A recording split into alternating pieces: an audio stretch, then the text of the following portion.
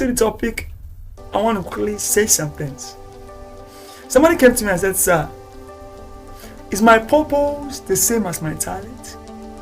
Is my talent my purpose?" What is it? Here comes the answer. Your purpose is not your talent, but your talent is a tool needed to fulfill your purpose. Now listen very good. Purpose is something you want to change. You have a burden to change it. But your talent is a capacity that you already have in place.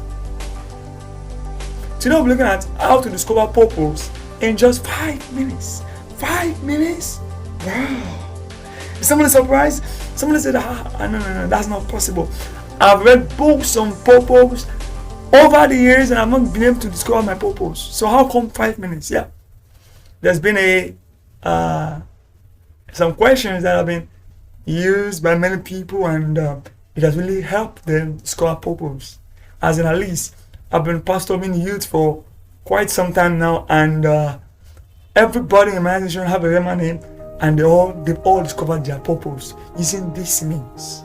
So today, I'll be showing us how to discover purpose in just 5 minutes. Yeah, but there is something little that must be put in place before we use these procedures.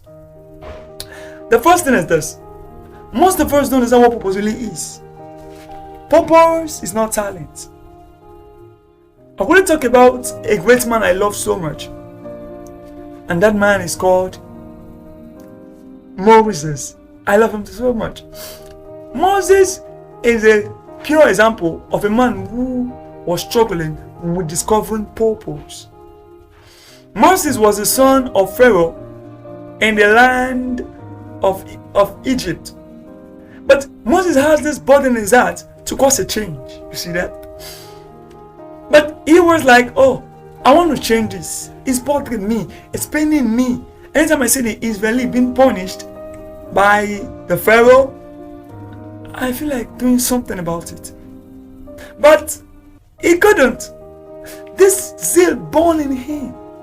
Brother, sister, that thing that burns inside of you like fire, that you feel like changing, is your purpose. See that now?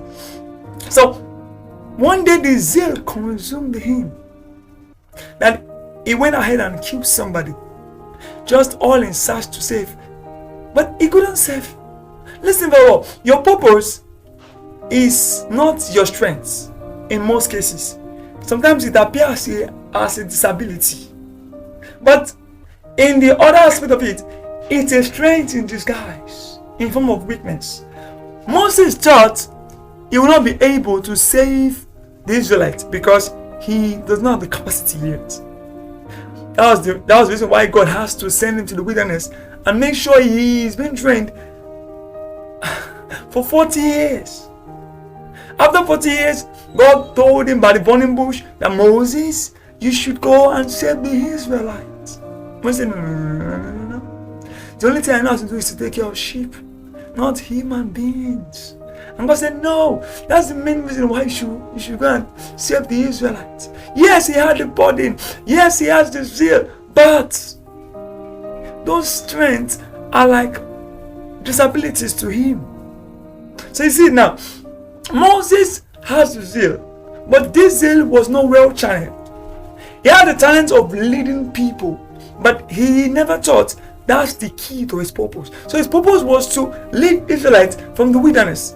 But when God was telling him, go do this, he said, no, I don't have the ability in me now. God, don't you understand? You see this now? So we'll be looking at 5 good steps on how to discover purpose. 5 good steps. The first one is, who am I? Firstly, who am I is the first thing you have to discover. What's making me special among every other person? Like me, I am John Daniel, I hate corruption. That's the first step. Second step, what can I do without stress? Don't forget, get a book and write this down. Practicalize it. Who am I? Write it down. What can I do without stress? I can talk. I like advising people. I like traveling. I can do these things without stress. Pen it down. Then the third thing to look at is what turns me on in my community. Now, what makes you angry in your community easily? Like somebody is being beaten, molested, and you're just angry. You feel like going to the court to fight for that person. That's a pointer to purpose. Like me, when I was a young boy, I always get very angry when I see people being treated of their human rights. So this led me to be where I am today. That's a pointer to purpose. That thing that burns in your heart like wildfire is a pointer to purpose. The fourth thing to look at is what make you fulfilled. What make you fulfilled? Things that you can do for others, even if you're not paid, you are just happy. As far as you could let them solve that problem. I remember this when I was still young. I helped people fight for their rights. I'm just happy. Even though I remember one day I went to go and fight for a friend of mine and I was beaten, but yet I felt happy because I fought for our rights. Then the last thing to look at is who is in need of this change? Who is in need? These things that you can do without stress, these things that turn you on in your community, who needs it? Is it the adults? Is it the youth? Is it the children? Now, by this you could know those to save. You can see now, if you know what turns you on, what makes you fulfilled, join what turns you on, I'll make you fulfilled together. Like for me, I hate corruption. And when I change corruption, I'm happy. So, who is in need of this change? Youths are corrupted. So, by so doing, I am being sent to change my world and make sure we have a corruption-free world where men love Christ as well. So, I am Mr. Elect, an evangelist of change. The word Mr. Elect means the choosing one for what? Change. Till I come your way next time, stay blessed.